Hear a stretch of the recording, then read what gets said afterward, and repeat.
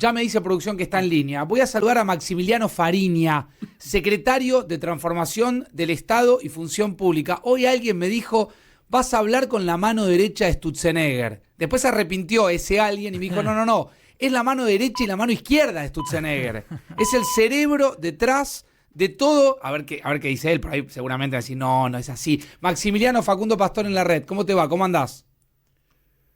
Buenas tardes, muchas gracias por la invitación. Por favor, gracias a vos. ¿Qué edad tenés, Maximiliano? 30. 30, pa. 30. ¿Y qué formación tenés, Maxi, vos? Yo soy cordobés, me vine chiquito a los 17 a estudiar economía acá a Buenos Aires. Después hice una maestría también en economía. Y después empecé a trabajar. Bien.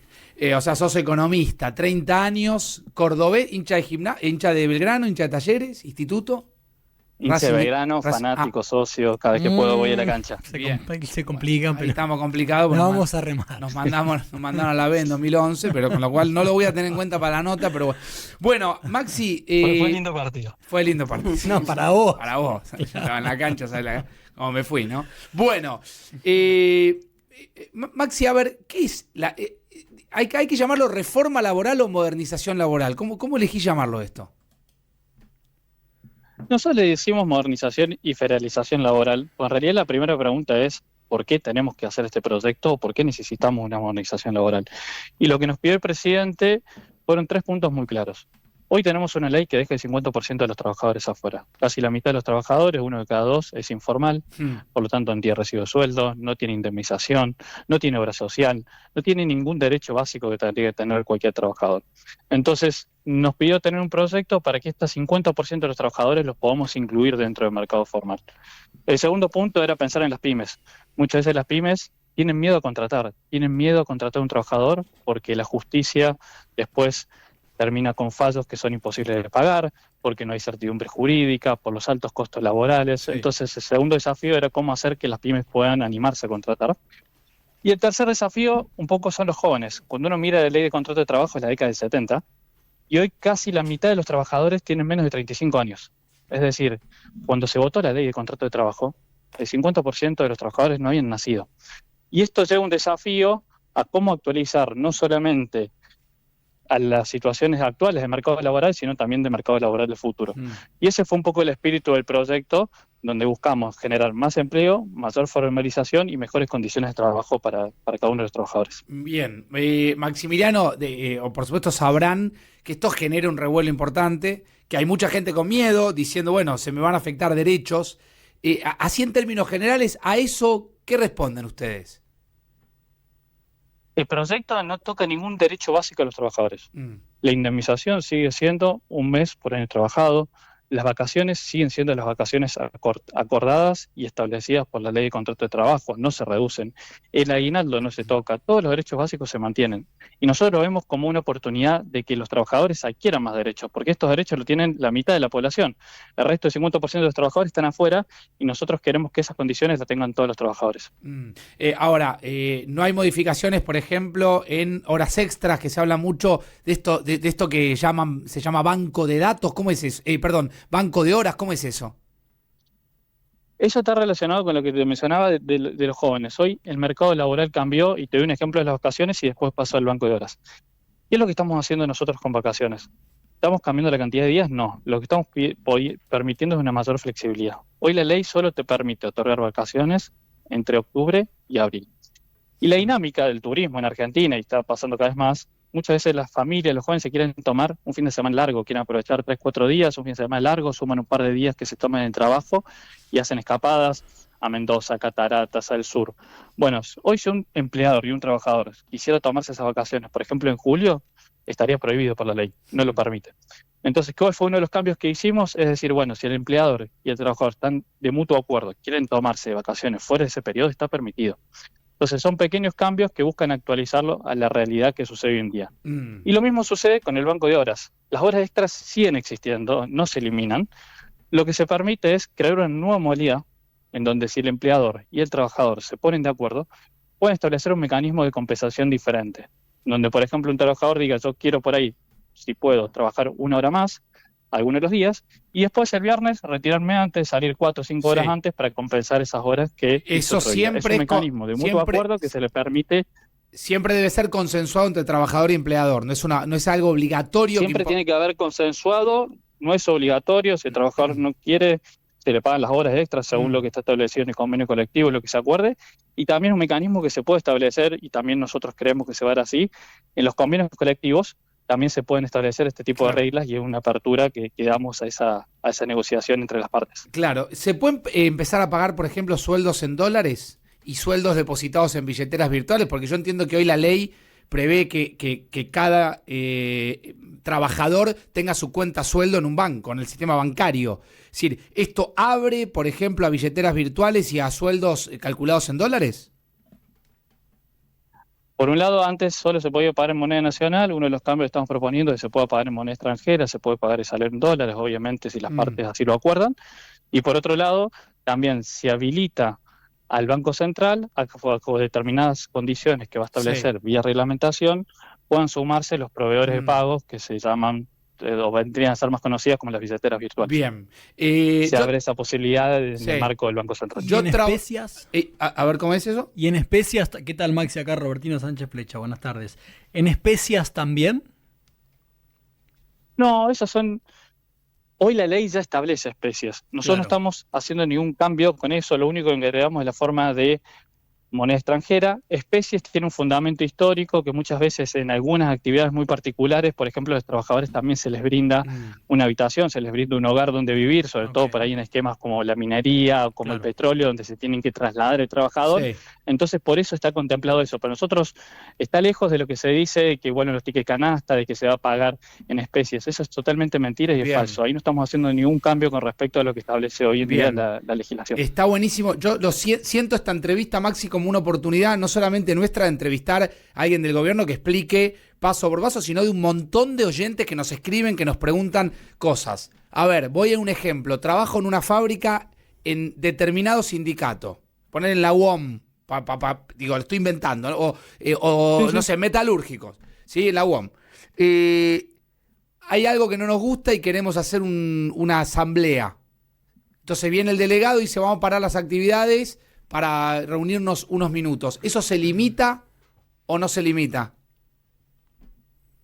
Lo que nosotros establecemos, y es una línea primordial del gobierno, es respeto de los derechos de propiedad. Entonces uno tiene que entender que cuando comienza el derecho de uno, también inicia el derecho del otro. Los sindicatos y los trabajadores son libres de hacer asambleas porque tienen esa facultad y está perfecto. Lo que no puede afectar eso es el funcionamiento de la empresa. Entonces, si van a hacer una asamblea dentro de la empresa que puede obstaculizar el funcionamiento de la empresa y en horario laboral, tienen que pedir autorización para que eso suceda. Pero si quieren hacer una asamblea por fuera del horario laboral, fuera de la empresa, son libres de hacerlo en cualquier momento. Digo, no estamos afectando ningún derecho de los sindicatos, simplemente estamos poniendo reglas claras y reglas sensatas para que no se cometan abusos en los comportamientos de algunos ¿Esto es en términos generales o lo plantean para actividades esenciales?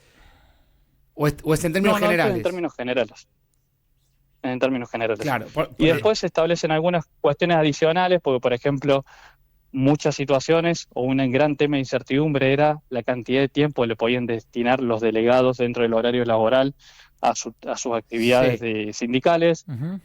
Muchos convenios colectivos no tenían topes, entonces eso se llevaba a situaciones por ahí de descontrol o de falta de claridad. Acá lo que se hace en la ley se fija un tope de 10 horas máximas mensuales que le pueden destinar los delegados a ese tipo de tareas, y el resto del horario tienen que trabajar como cualquier resto de los trabajadores. Claro. A ver, yo te hablaba recién de las asambleas. Pasa, qué sé yo, nosotros cubrimos mucho lo que pasa en aerolíneas, lo que pasa con los subtes, lo que pasa con trenes. Es decir, todo esto lo que busca es limitar de alguna manera el desarrollo de la actividad. Sí, no busca limitar las asambleas, lo que busca es establecer condiciones sensatas para que eso funcione de forma ordenada y no afecte el funcionamiento de la empresa. Vuelvo a lo mismo, no estamos limitando las asambleas se pueden establecer y es la libertad del sindicato de hacer sus propias reuniones. Pero sería fuera de la compañía y fuera del horario laboral. Claro. Sí, o si quieren que sea dentro del horario laboral y dentro de compañía, tienen que pedir autorización, obviamente, para que eso no genere un problema productivo, porque también Claro, hay malas prácticas en donde por muchas supuesto. veces, y ustedes, como bien mencionás, vos lo habrás vivido, se utilizan las asambleas para hacer paros encubiertos. Claro, claro, Entonces, claro. ese tipo de conductas son las que se buscan Ah, evitar, donde alguien usa una herramienta que tiene un sentido común y la distorsiona para generar un daño a un tercero. a ver, digo, se me viene a la cabeza la idea de que si hay una asamblea de pilotos, no salen los Todo vuelos. el tiempo. Esto Aerolíneas, todo el tiempo. lo buscaría modificar. Sí, y no, y otro punto importante, digo, también ahí es de la declaración, y para nosotros eso es fundamental, los servicios esenciales. Hay servicios esenciales, Claro, como por ejemplo, recién mencionabas, no necesariamente los pilotos, pero los controladores aéreos, claro. y hay algunas actividades que es necesario establecer un sistema para garantizar que esos servicios esenciales se cumplan Los y no dejar a la docentes, sociedad a la barbarie. También están incluidos, digamos, un listado muy amplio entre servicios esenciales y actividades mm, esenciales, y según qué tipo de actividad claro. corresponden, tiene que garantizar entre un 50 y un 75% del servicio. Bien. A ver, hay un principio general, sos economista, no abogado, pero vos tenés claro que hay un principio general que tiene que ver justamente con que una ley no puede ser retroactiva. Es decir, supongamos que cambien algún estatuto de alguna actividad. Por ejemplo, la manera de las indemnizaciones respecto a una actividad. ¿Qué pasa con las personas que fueron contratadas en otra época cuando regía otra ley respecto al tema indemnizatorio? Primer punto, las indemnizaciones, como ya mencioné, no están afectadas, así que con respecto a indemnizaciones no va a pasar nada. Pero creo que uno de los puntos importantes, y paso por ahí también a las pymes, que es para nosotros la gran preocupación, es cómo hacer que las pymes puedan generar trabajo. Uno de los grandes cambios que propone esta ley es la prelación. Y es algo que los gobernadores han visto con muy buenos ojos. ¿Qué quiere decir la prelación? Es dejar de pensar las condiciones laborales de la Ciudad Autónoma de Buenos Aires. Porque si no, lo que muchas veces pasaba, los convenios nacionales, Mm. donde los gremios nacionales y las cámaras nacionales, sentadas de Buenos Aires, definían las condiciones laborales para todos los trabajadores del país. Y muchas veces lo que pasa es una ferretería en Sal Si Puedes, que es un pueblito de Córdoba, no tiene las mismas condiciones laborales o las Claro. mismas reglas que una ferretería que por ahí está en microcentro de la Ciudad Autónoma de Buenos Aires. Entonces, lo que estamos buscando es permitir que haya convenios colectivos por región, o en algunos casos también por empresa, y que se adapten a las realidades de cada sector, de cada pyme y de cada región. Pero no es Y romper, eso va a ser de Maxi, mutuo acuerdo, porque ahí no los que es van a romper un negociar, poco la fuerza colectiva eso.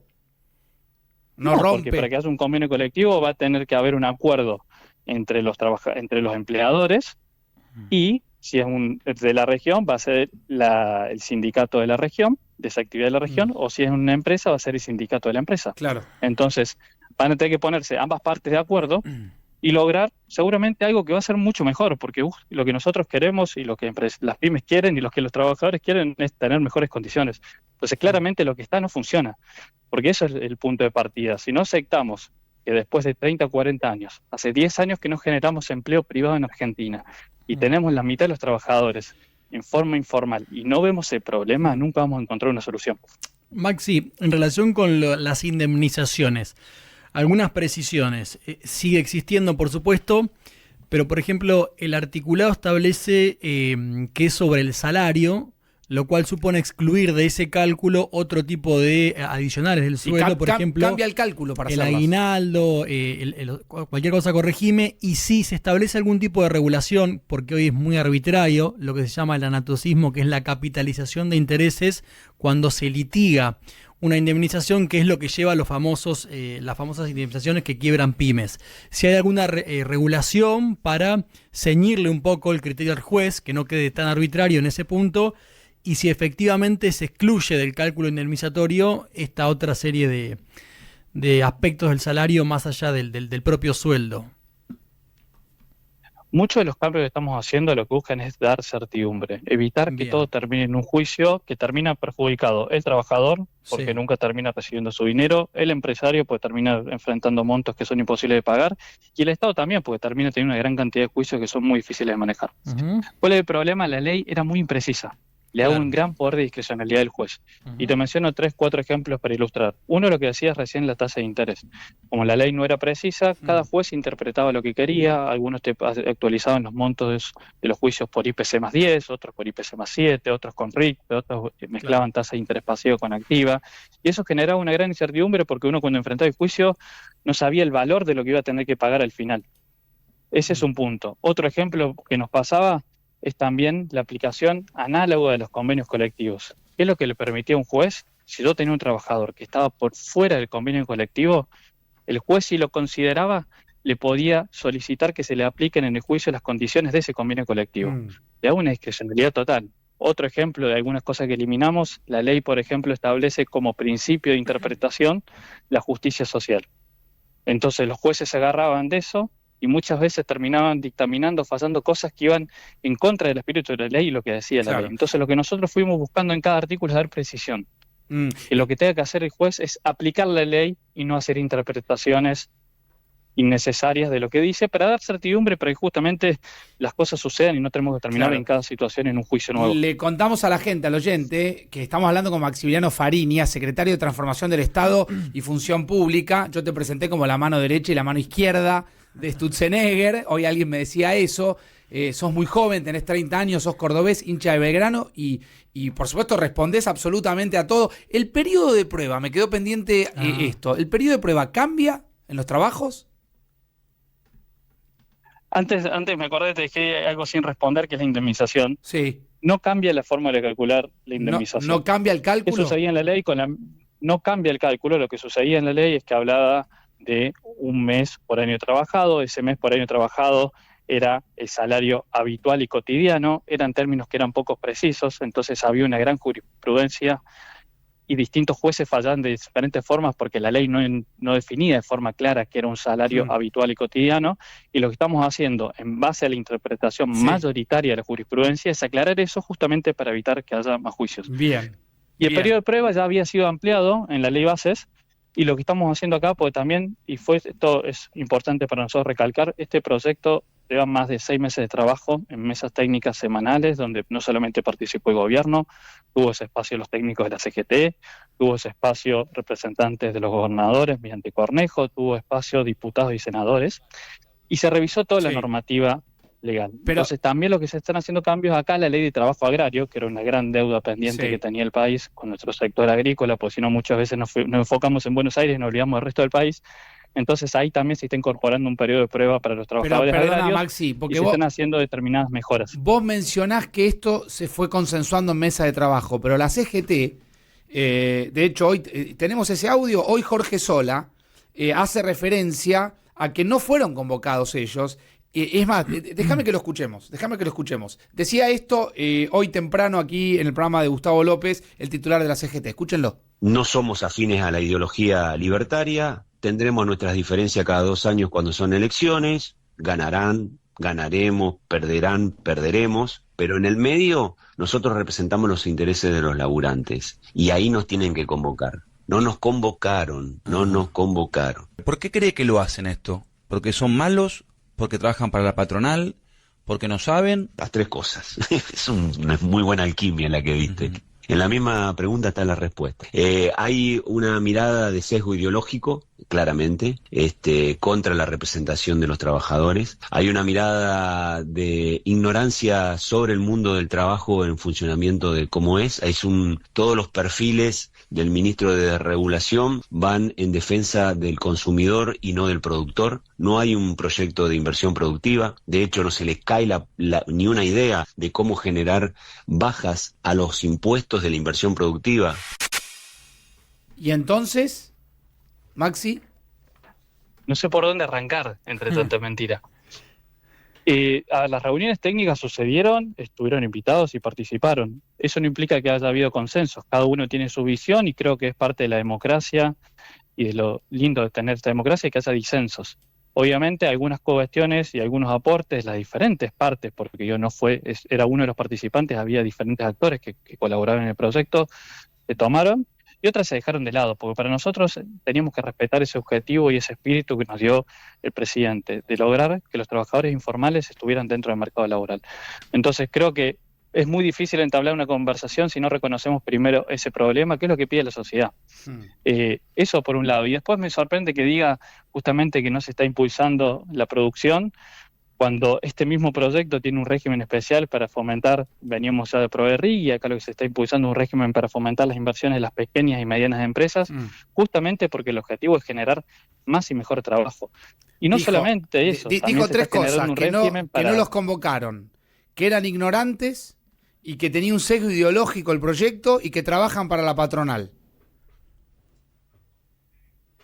Hace 10, 15 minutos estamos hablando y creo que todas las cosas que fuimos conversando son beneficios para los trabajadores. No hablamos de las patronales, no hablamos de las grandes empresas. Lo que estamos buscando es más certidumbre y resolver un problema que nadie viene enfrentando, que es cómo insertamos los millones de trabajadores y trabajadoras que hoy están fuera del mercado laboral y quedan afuera. ¿Y por qué crees, Maximiliano, que marcha la CGT el jueves que viene, el jueves 18? Eso habría que preguntárselo a ellos. ¿Pero tenés alguna idea en la cabeza de qué es lo que buscan? Habría que preguntárselo a ellos y preguntarle cuál es la propuesta para justamente lograr el objetivo que nosotros queremos. Porque nosotros no es una posición ideológica, hay un problema real que tenemos en la sociedad y hay que enfrentarlo.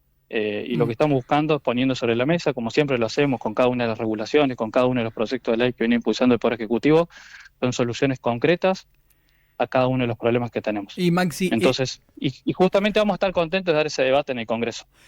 ¿Es real lo que plantea Sola, que surgió, una información que tuvimos algunos periodistas hablando con el gobierno, pero lo ratifica especialmente Sola aludiendo a Sturzenegger, no a otro ministro, como que era quien impulsaba una legislación o una ley de reforma laboral más estricta para con el sindicalismo o para con el modelo sindical o lo que se llama, entre comillas, las cajas sindicales, pero que por algún motivo hubo algunos puntos que se decidieron ceder. ¿Es real que de haber sido por Sturzenegger era un poco más dura la ley?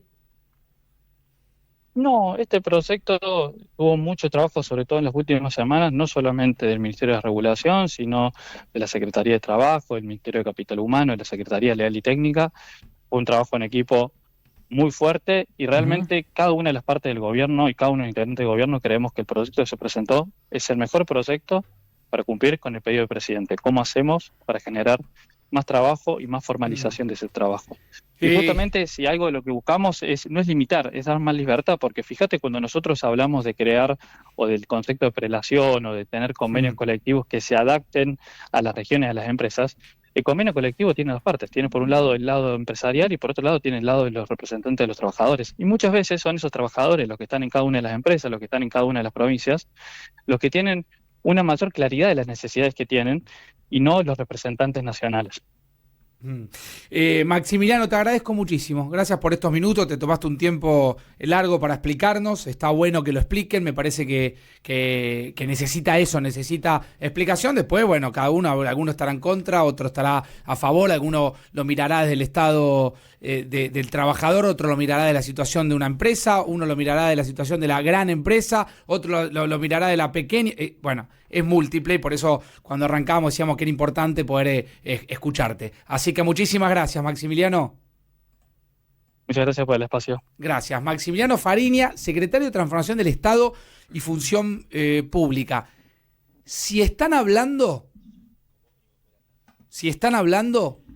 es porque es un momento donde requiere de diálogo y de explicación. Insisto, algunos dirán, che, me van a perjudicar en algo. Che, en efecto, cuando uno repasa algunos puntos, va a haber reducción de aportes patronales. Esto está en la ley o en el proyecto. Va a haber un nuevo sistema para indemnizaciones. Puede ser que no lo calculen de una manera o la otra, pero eso puede llegar a traer problemas. Va a haber una modificación en el cambio del cálculo.